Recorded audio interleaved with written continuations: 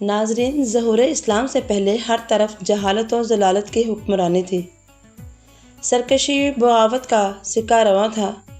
معاشرہ تباہی کے دہانے پر کھڑا تھا۔ خانہ کعبہ بتوں سے آباد تھا۔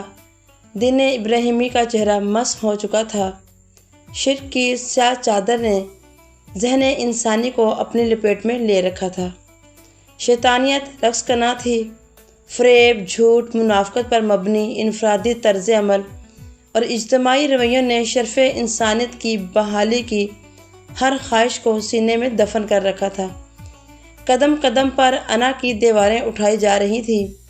غرور و تکبر، نسلی تفاخر سے سماجی حیثیت کا اندازہ کیا جاتا تھا۔ دختر حوا کے برہنہ سر پر دست شفقت رکھنے والا کوئی نہ تھا۔ وہ سسک رہی تھی، بلک رہی تھی، لیکن کوئی اس کا پرسان حال نہ تھا۔ لڑکیوں کو پیدا ہوتے ہی زندہ درگور کیا جاتا تھا تاکہ جھوٹی شان کی آگ میں جلنے والوں کا وقار مجروح نہ ہو۔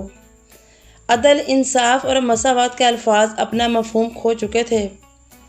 فصیلے دیدہ و دل پر چراغ جلتے تھے مگر ان میں روشنی نہ تھی۔ جزیرہ نما عرب ہی نہیں، پوری دنیا گمراہی، کفر و شرک میں ڈوبی ہوئی تھی۔ کیسر و کسرا کی حکومتیں جبر کی علامتیں بن کر نسل آدم پر مسلط تھیں۔ اس حواس باختہ اور بے ہنگم معاشرے میں جمہوری شعور، انسانی حقوق اور کسی ضابطۂ اخلاق کا تصور بھی نہیں کیا جا سکتا تھا۔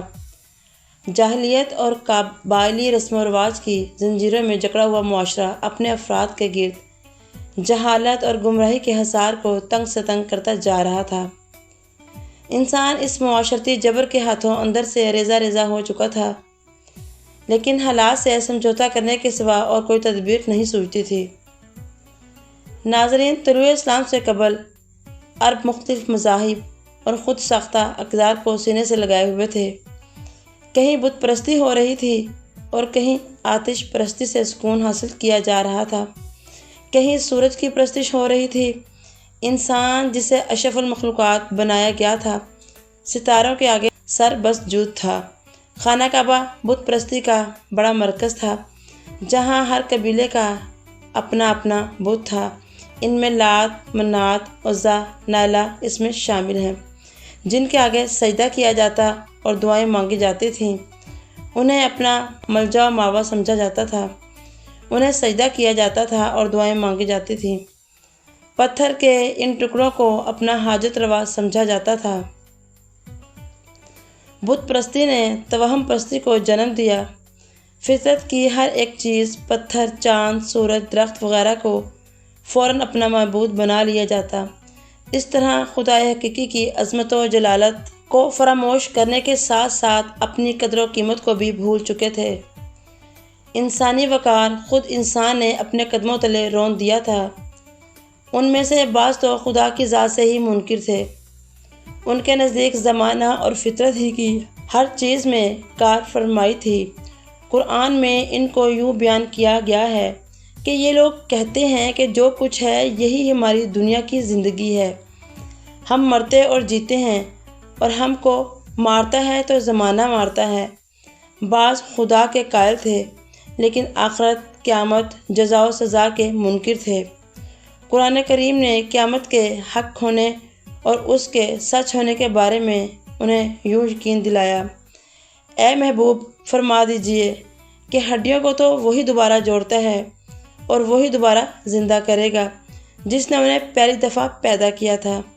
ان میں سے بعض خدا، جزا و سزا کے قائل تھے مگر نبوت اور رسالت کے منکر تھے۔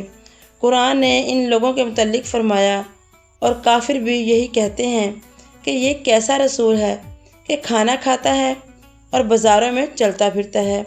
اگر وہ رسول ہی تھا تو اس کے پاس کوئی فرشتہ کیوں نہیں آتا اور وہ اس کے ساتھ رہ کر ڈراتا۔ دوسرے مقام پر یہ ارشاد فرمایا: انہوں نے کہا کہ کیا اللہ نے ایک آدمی کو رسول بنا کر بھیجا ہے؟ وہ گمان کرتے تھے کہ منصب نبوت اور رسالت کے عامل کے لیے فرشتہ ہونا ضروری ہے، جو کہ ہر قسم کی انسانی ضروریات و حاجات سے مبرہ ہو۔ عرب میں بت پرستی کا بانی عمرو بن لہی تھا۔ عمر سے پہلے جرہم خانہ کعبہ کے متولی تھے۔ عمر نے بنی جرہم کے ساتھ جنگ کی اور مکہ سے انہیں جلاوطن کر دیا، خود حرم کا متولی بن بیٹھا۔ ایک دفعہ کسی سنگین مرض میں مبتلا ہوا تو کسی نے اسے بتایا کہ ملک شام میں بلقا کے مقام پر ایک گرم پانی کا چشمہ ہے، اگر تم وہاں جا کر اس پانی سے غسل کرو تو شفا یاب ہو جاؤ گے۔ یہ بلقا پہنچا، اس چشمے کے پانی سے غسل کیا تو صحت یاب ہو گیا۔ وہاں کے باشندوں کو اس نے دیکھا کہ بتوں کی پرستش کرتے ہیں۔ اس نے ان سے پوچھا کہ تم یہ کیا کر رہے ہو؟ انہوں نے بتایا، ہم ان کے ذریعے بارش طلب کرتے ہیں اور ان کے ذریعے سے دشمن پر فتح حاصل کرتے ہیں۔ اس نے کہا کہ مجھے بھی ان بتوں میں سے چند بت دے دو۔ انہوں نے حسب خواہش سے چند بت دے دیے اور وہ انہیں لے کر مکہ آیا اور خانہ کعبہ کے گرد انہیں نصب کر دیا۔ کعبہ چونکہ عرب کا مرکز تھا، اس لیے تمام قبائل میں بت پرستی کا رواج ہو گیا۔ اگرچہ اس سرزمین پر کثرت مشرکین کی تھی، مگر کہیں کہیں یہودی آباد تھے، یہاں کہیں کہیں عیسائی اور مجوسی بھی تھے۔ مکہ معظمہ میں ورقہ بن نوفل اور کچھ اور لوگ بھی عیسائی ہو گئے۔ بنو کنینہ، بنو کندہ یہ یہودی قبائل تھے۔ مدینہ منورہ میں یہودیوں کا کافی عمل دخل تھا۔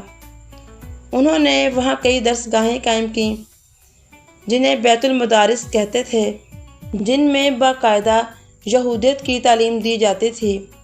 خیبر کی ساری آبادی یہود پر مشتمل تھی۔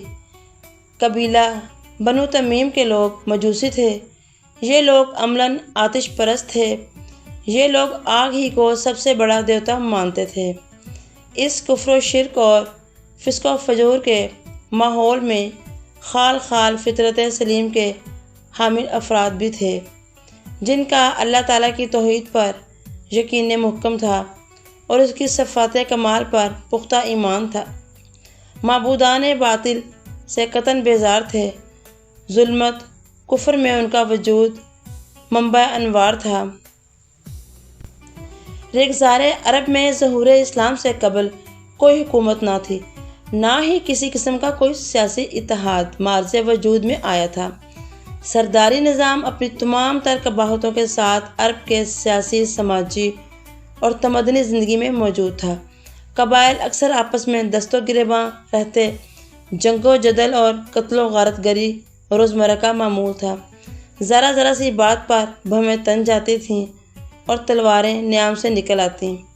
یہ قبائل وسیع ریگستانوں میں تسبیح کے دانوں کی طرح بکھرے ہوئے تھے اور شاید اسی لیے یہ بیرونی حملوں سے محفوظ رہے۔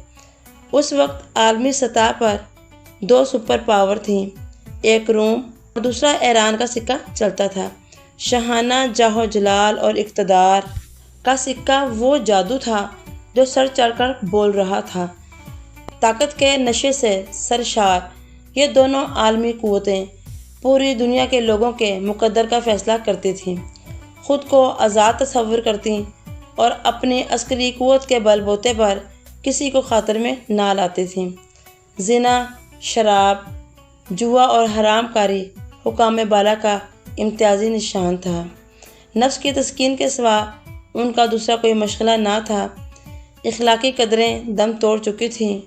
اخلاقی پستی اور ذہنی انتشار اور فکری پراگندگی معاشروں کو گھن کی طرح چاٹ رہی تھی، لیکن خواب غفلت میں مدہوش حکمران اپنے عشرت قدِ آباد کیے ہوئے تھے۔ اپنی ذات کے حصار سے نکل کر توقیر آدم کی بحالی کے کسی تصور سے آشنا نہ تھے۔